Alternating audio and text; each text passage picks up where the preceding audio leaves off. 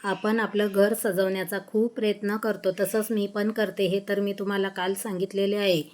घरामध्ये जे मनी प्लांट लावलेले आहे ते काल माझे धुवायचे राहिलेले होते, त्यामुळे मी सकाळी सकाळी पहिले ते धुवायला घेतले, कारण त्याच्यावरती पण खूप घाण झालेली होती. रात्री आपण कितीही भांडे घासून ठेवले तरी पण बेसिंगमध्ये थोडेफार भांडे असतातच. तसेच माझ्याही बेसिंगमध्ये असतात. ते भांडे घासून घेते आणि मी माझ्या पूजेला सुरुवात करते. आज आहे रामनवमी. रामनवमीच्या सर्व माझ्या गोड ताई दादांना खूप शुभेच्छा. हा व्हिडिओ यायला खूप उशीर होणार आहे. आज गुरुवार असल्यामुळे देव पण उजळायचे आहे. महिन्यातून एक वेळा मी देव उजळते आणि उंबरठ्याला हळदीचे लेपन सुद्धा करायचे आहे. उंबरठ्याला हळदीचे लेपन करण्यासाठी मी घेतलेली आहे हळद. त्यामध्ये गोमूत्र टाकायचे, गंगाजल टाकायचा आणि अष्टगंध टाकायचा.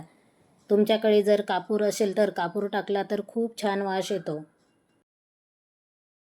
सर्व हळदीचे मिश्रण एकत्र करून घ्यायचे. आपल्याला जसे हवे असेल तसे आपण करायचे. मी जास्त घट करत नाही. आपण आपल्या घरामध्ये गॅसच्या शेगडीची सुद्धा पूजा करायची. त्यामुळे अन्नपूर्णेचा वास आपल्या घरामध्ये कायम राहतो. हळदीचे लेपन उंबरठ्याला रोज केले तरी पण खूप चांगले असते, पण रोज करणं मला शक्य होत नाही. सणारंभाला किंवा गुरुवारचे, मंगळवारचे किंवा शुक्रवारचे असे मी हळदीचे लेपन करते. ज्या ताईंना वेळ असेल त्यांनी रोज करा आणि अनुभव बघा, तुम्हाला खूप छान येतील.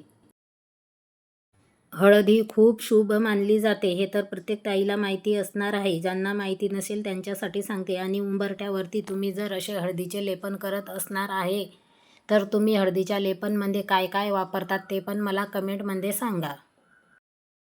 आपल्या देवघराला जे ड्रावर केलेले आहे ते पण असे मी 15 ते 20 दिवसातून आवरून घेते, कारण त्यामध्ये सुद्धा खूप पसारा होतो.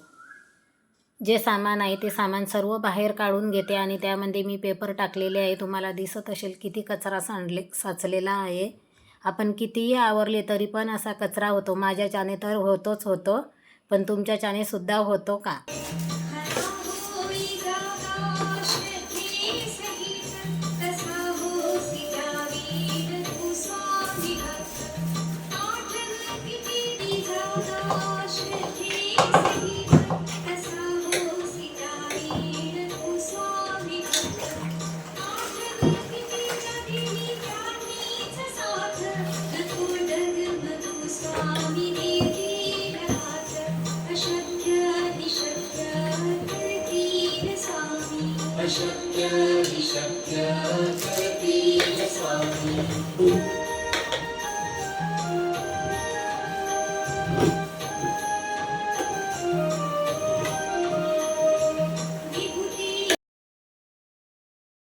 जे आपलं देवघर आहे त्याला सुद्धा एक ड्रायव्हर आहे. त्यामध्ये पण तुम्ही बघा ताईंनो किती कचरा झालेला आहे. तरी मी नेहमी आवरत असते. पण जर असं एक महिनाभर नाही आवरलं तर असा पसारा होऊन जातो आणि कचरासुद्धा त्यामध्ये खूप होतो. जे आपले पुस्तकं आहे ते एका साईडला ठेवून देते. वैभव लक्ष्मी मातेच्या गुरुवारचे पुस्तक आहे, शुक्रवारचे आहे आणि श्री सुक्ताचे मी रोज सकाळ संध्याकाळ पठण करते. ते माझ्याकडे एक पुस्तक आहे, स्वामी चरित्राचे पुस्तक मला घ्यायचे आहे, म्हणजे अध्याय घ्यायचा आहे, पण तो अजून मला मिळालेला नाही. जर तुम्हाला त्याबद्दल काही माहिती असेल, कुठं मिळतो, तर नक्कीच मला कमेंटमध्ये सांगा. महिन्या 2 महिन्यातून देवसुद्धा मी उजळून घेते. त्यामुळे मी सर्व देव किचन ओट्यावरतीच आणलेले आहे. आता काही ताई म्हणतील की किचन ओट्यावरती देव, पण हो ताईंनो, का तर बेशिंगमध्ये देव जर धुतले तर ते पाणी मी घमेल्यामध्ये जमा करते, बेशिंगमध्ये ओतत नाही. आणि देव पूर्ण स्वच्छ करून छान धुता येतात. त्यामुळे मी किचन ओट्यावरतीच घेऊन आलेली आहे. देव माझे स्वच्छ करून झालेले आहे. देवांना स्नान घालून झालेले आहे. सकाळी माझी देवाची पूजा झालेली आहे. त्यानंतर मी स्वयंपाक केला. स्वयंपाकामध्ये बनवलेली आहे वांग्याची भाजी, सुक्की भाजी आणि चपात्या.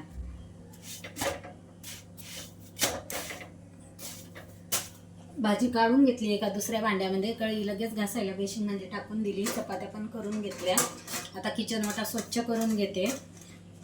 भांडी तशीच ठेवते बरं का ताईंनो घासायची, आणि पहिले कपडे धुवून घेते. का तर कपडे लवकर सुकतात आणि उन्हामध्ये दिवसभर जर नाही लवकर धुतली तर ती तशीच राहतात, कारण मी परत माझ्या कामामध्ये लागून जाते, आठवण राहत नाही. देवपूजा झाल्यानंतर लगेच मी आज रामनवमीची पूजासुद्धा करणार होते, पण काय झालं असतं घाई गडबडीमध्ये पूजा व्यवस्थित होत नाही, त्यामुळे मी फक्त उंबरट्याची, तुळशीची आणि देवपूजाची आपली रोजची ती करून घेतली. आता कपडे धुते आणि नंतर रामनवमीची पूजा पण करून घेते. चला परत भेटते तुम्हाला पूजा करताना. स्वयंपाक झाला लवकर की कसं टेन्शन राहत नाही. मुलं पण जेवायला येतात 1 वाजता. फिक्स टाईम नाही त्यांचा, पण 1च्या नंतरच येतात, त्यामुळे मी पहिले स्वयंपाक करून घेतला. स्वयंपाक केलेला असला की कसं टेन्शन राहत नाही अजिबात. नाही तर मग अर्ध लक्ष स्वयंपाकामध्ये, अर्ध लक्ष पूजेमध्ये असं होऊन जातं माझं. पण तसं देवाची पूजा मी सकाळीच करून घेते. आपला स्वयंपाक झाकून ठेवायचा. पाणी पण प्यायचं आहे मला, पाणी घेते आणि प्यायला. आणि जे आपलं तेलाचं भांडं असतं का, ते भांडं पण मी लगेच असं पुसून ठेवते. हे बघा, याच्यावरती आपण चपात्या करताना तेलाचे पण डाग पडतात आणि पिठाचे पण डाग पडतात, त्यामुळे मी असं व्यवस्थित त्याला पुसून घेते. दोन्ही टाईम पोळीपाट लाटणं ते पण मी घासायला टाकते आणि तेलाचे भांडं पण मी पुसून घेते. तवा पण रोज दोन्ही टाईम घासते बरं का ताईंनो मी. घरातले सर्व काम आवरल्यावर मला पूजा मांडायची होती, पण नाही वेळ मिळाला. का तर मशीनवर मला थोडे काम आले होते, ते काम करून दिले. तुमच्यासोबत नाही शेअर केले. प्रत्येक जणीचं काम असं आपण नाही शेअर करू शकत, का तर त्या ताई आलेल्या होत्या सोबत आणि त्या नको म्हणल्या व्हिडिओमध्ये यायला, त्यामुळे मी नाही केले. हे संध्याकाळचं टायमिंग आहे. देवाजवळ दिवाबत्ती करून घेतली आणि त्यानंतर मी माझ्या पूजेला सुरुवात केली. पूजा म्हणजेच माझ्याकडे जो रामाचा फोटो आहे, राम, लक्ष्मण आणि सीतामाता, याचीच मी पूजा केलेली आहे. तुम्ही बघू शकता. तुमच्या दादांना मी रामफळ आणायला सांगितले होते. रामफळ तसंही मला खूप आवडते आणि देवाला प्रसादसुद्धा झाला असता, पण नाही मिळाले, त्यामुळे मी इथं केळी ठेवलेली आहे. मला खूप छान पूजा करायची होती, पण वेळ तेवढा मिळाला नाही, त्यामुळे मी खूप साधी आणि सिंपल पूजा केलेली आहे. तुम्ही बघू शकता. कशी वाटली ताईंनो तुम्हाला माझी रामनवमीची पूजा? आवडली का नाही ते पण मला कमेंटमध्ये नक्की सांगा. माझ्या गोड ताईंनी खूप छान पूजा मांडलेली असणार आहे.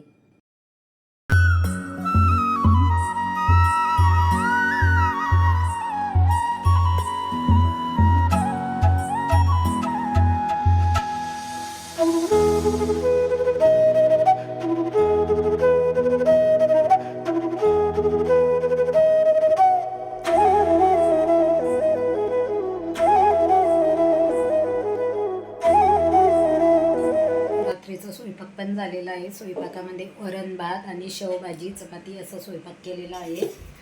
आणि हे बघा, दिवाळीच्या वेळेस मक्याचा चिवडा बनवण्यासाठी चिवडा आणलेला होता, तो शिल्लक होता घरामध्ये, तो पण तळून घेतला. आणि देवाला गोळामध्ये नैवेद्यासाठी गुलाबजाम आणलेले आहेत आणि बुंदी आणलेली आहे, भाकरवडी, वरण भात, शेवभाजी, चपाती, भाकरवडी, गुलाबजाम आणि मोतीचूरचे जे लाडू बनवतात ती बुंदी आणलेली आहे ती, आणि भाकरवडी असा देवाला नैवेद्य दाखवला. पण झालं काय ताईंनो, मी जेव्हा चिवडा तळत होते, म्हणजे चिवडा तळून माझा झालेला होता आणि त्याच कढईमध्ये मला कांदा टाकायचा होता भाजण्यासाठी. मी जसा कांदा कढईमध्ये टाकला तो कांदा माझ्या हातावर उडला आणि अजून तर काही फळ आला नाही, पण सांगता येत नाही. खूप हाताची आग होते, त्यामुळे मला अजिबात असा मूळ नाही राहिला काही घ्यायचा, त्यामुळे मी काही शूट घेतले नाही. आणि किचन ओट्यावरती पण बघा बराच पसारा झालेला आहे, का तर माझ्या हाताची खूप आग होते, त्यामुळे मी काहीच आवरलेले नाही. 1-5 मिनटं बसले होते.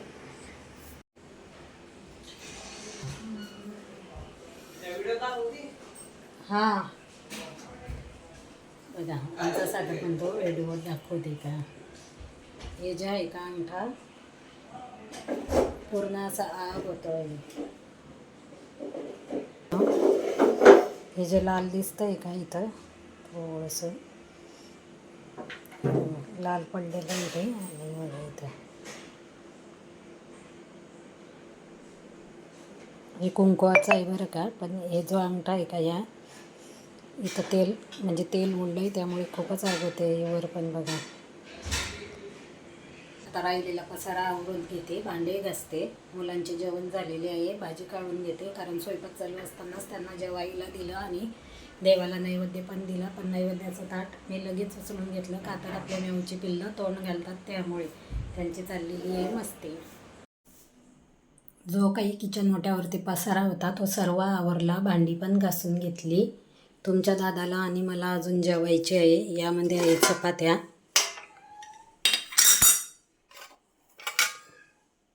शेवभाजी आणि यात आहे वरण.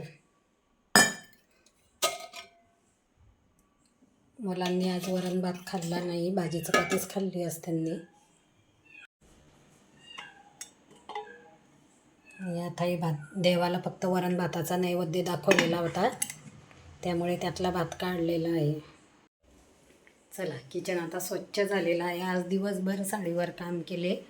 तशी मला सवय पण आहे. हलकी जर साडी असली तर साडीवर काम करायला काहीच वाटत नाही. कम्फर्टेबल साड्या ज्या असतात त्या दिवसभर मी घालते, पण अशा काठपदरच्या किंवा ज्या जवळ साड्या असतात त्या साड्यांनी अजिबात काम सुचत नाही. त्या लगेच मी काढून टाकते काम झालं की. म्हणजे काही काही कार्यक्रम असे असतात की साडीच घालावी लागते किंवा कुठं बाहेर जर गेलं तर. चला ताईंनो, रात्रीचे आता किती वाजलेले आहे? 11:15 झालेले आहे. तुमच्या दादांना कॉल करते किती वेळ आहे यायला ते, कारण 12च्या नंतर शुक्रवार चालू होईल. उद्याचा उपास आहे त्यामुळे अजून जेवायचे आहे. पिल्लांनी लय घाण करून ठेवलेली आहे. सगळे पाय पुसण्या जमा करून टाकल्या. आवरते.